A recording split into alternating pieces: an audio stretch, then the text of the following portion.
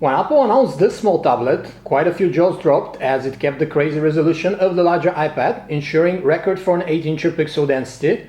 With a screen and a 64-bit A7 processor, Apple ensured quite a future-proof little slate, which however comes with a premium price tag.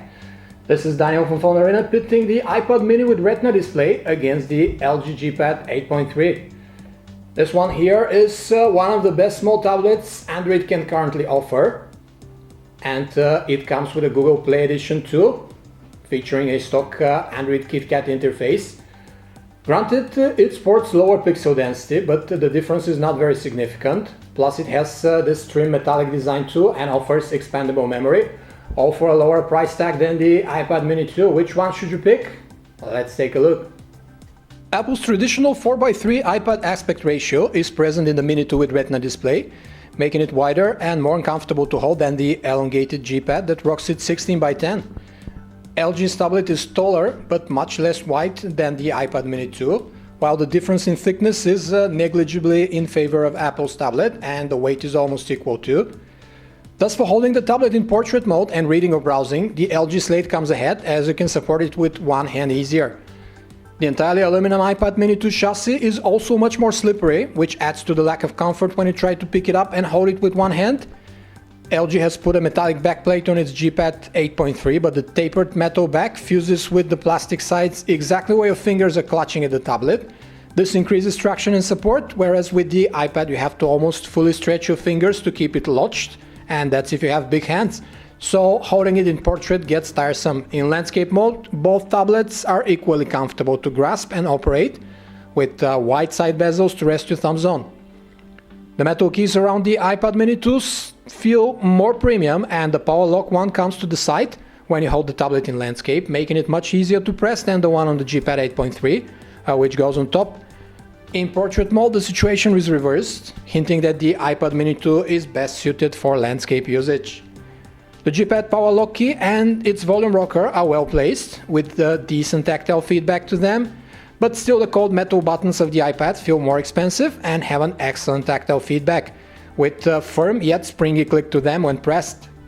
Apple's iPad also sports the traditional round physical home key, which exhibits the same great clicky feel, whereas the KitKat 8.3 relies entirely on virtual on-screen navigational keys. These buttons on the G-Pad don't really take away from the screen real estate per se, as LG has laid them over a fully transparent background. The iPad mini 2, with its record pixel density for the size, evidently has the upper hand in screen definition. Its 7.9 inches 2048 by 1536 pixels display can truly be called Retina, as at 324 ppi pixel density you can't spot any individual pixels from a normal viewing distance, even with an eagle eye vision. This makes text extremely crisp and icons very defined. The LG KitKat 8.3 has quite a great screen too, albeit the 8.3-inch panel sports 1920 by 1200 pixels of resolution with lower 273 ppi pixel density. At that size, however, it would be hard to tell the individual pixels from the distance you would normally use such a tablet, unless you are with better than the average vision. Our screen quality measurements show that both tablets sport a spot-on color temperature, not leaning excessively to the cold nor the warm side of the spectrum, with a slight advantage for the KitKat 8.3. When it comes to color accuracy, both tablets are pretty good, but not as good as the best out there, as they just aren't sufficiently close to the standard RGB gamut. The iPad mini 2 gives way to the KitKat 8.3 here, with the average color error from a reference larger than on LG's tablet. We measured 450 nits of brightness for the iPad mini 2 against the KitKat's 345, so Apple's panel is up with the best tablet screens out there in that respect, save for the Lumia 2520 that sports 600 nits of peak brightness. Apple also managed to lay a pretty good anti-reflectance coating on the small tablet, so visibility outdoors is a tad better than on the KitKat. When it comes to viewing angles, both tablets have no issues whatsoever from each and every inclination. Colors and brightness barely shift even at extreme angles, so you don't have to hold the slates head-on while watching a movie, for example, in order to experience the true image quality that these two tablets are capable of. The iPad mini 2 with Retina Display runs the latest iOS 7 version, which introduced the biggest interface overhaul since the beginning of iDevices. It sports flat, colorful icons, a rich content notification bar and control center which flaunts connectivity toggles and other commands, and comes on when you flick up from the bottom of the display. The G-Pad runs Android 4.2 with LG's own interface overlay that puts swipeable connectivity toggles and the so-called Q-Slide apps in the notification bar. These apps can run in Windows on top of whatever else you're doing underneath, aiding your multitasking as you can open 2 windows at once and resize them as your heart desires. The tablet is also available as the first Google Play Edition slate, meaning you can find it with stock Android 4.4 KitKat. The default keyboard on the G-Pad 8.3 flaunts finger tracing functionality similar to swipe, while you simply slide your fingertip from one letter to another until the word gets recognized. If you master this mode, it can be much faster than tapping away with your thumbs. Otherwise, the tablet size allows pretty comfortable two-thumb typing from both sides, with the ergonomics prize going to the iPad mini 2's keyboard, which sports large, well-spaced letters. The iPad mini 2 carries the first mobile 64-bit processor, Apple's dual-core A7 coupled with 1GB of RAM and a raging PowerVR GPU, while the G-Pad is powered by a 1.7 GHz quad-core Snapdragon 600 and has 2 GB of RAM. Both tablets feel very fast while scouring the interface and loading apps, but the iPad mini 2 is just in another league with that processor, hitched to a 64-bit optimized software. Finger flicks and swipes feel instantaneous, apps load seamlessly, and overall performance just feels quite a bit smoother than on the G-Pad, despite the high screen resolution. The iPad mini 2 can be had in 16 to 128 GB internal memory configurations, whereas the G-Pad comes with 16 and 32 GB versions, but unlike Apple's tablet, you have a microSD slot for adding up to 64 GB more if needed. The same stellar performance fluidity mentioned for the iPad mini 2 interface goes to the stock Safari browser on the tablet, which renders pages crazy fast while scrolling, panning or zooming are a joy to use. Not that the stock Android browser or mobile Chrome on the G-Pad don't perform well, but say zooming follows your fingers with a fraction of a second delay, whereas on the iPad mini 2 it feels like the screen zooms simultaneously with the spread of your fingers, as if it's attached with magnets to your fingertips.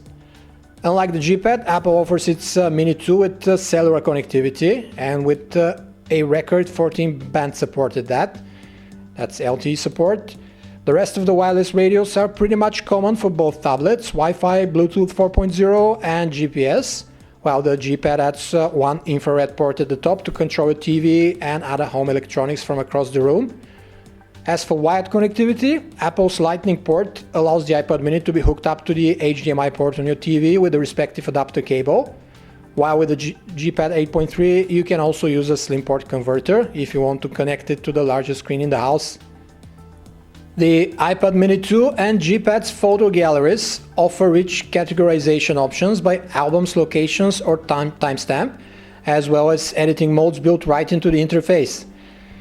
The iPad's one is better thought out, showing thumbnails for photos shot in portrait mode as they were captured and with wider separators, whereas the grid on the LG tablet simply cuts across equally sized rectangles. The iPad mini's music player offers more categorization options than the one on the G-Pad, including artists, albums, playlists, genres, compilations, and even composers, or you can use the iTunes radio streaming service directly from the music app.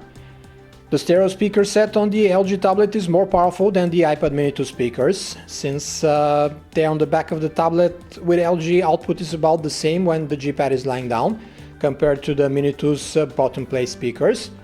Both pairs are of about average sound quality, meaning a relatively flat sound and some distortion towards the highest volume. Apple limits the stock video player to QuickTime or MPEG-4 videos, whereas the LG G-Pad can run all popular video formats out of the box, including MKV, DivX and XVD files, and that's up to 1080p resolution. Of course, you can always use a free third-party player like Rock 2 on iOS and load any video format to the players folder in iTunes.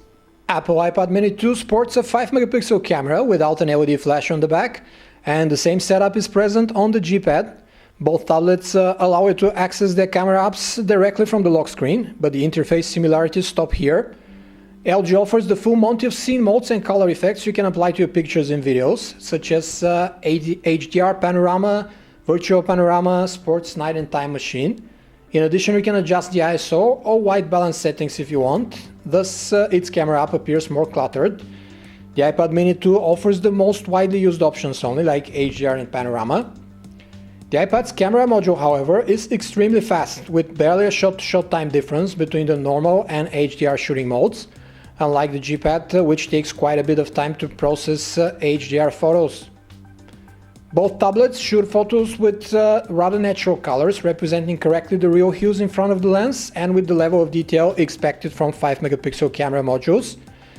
The thing is that the KitKat slightly underexposes the scene in most situations, making the photos appear darker and more intense than in reality, while the iPad measures the exposure time correctly, translating into a much lighter but slightly noisier shot.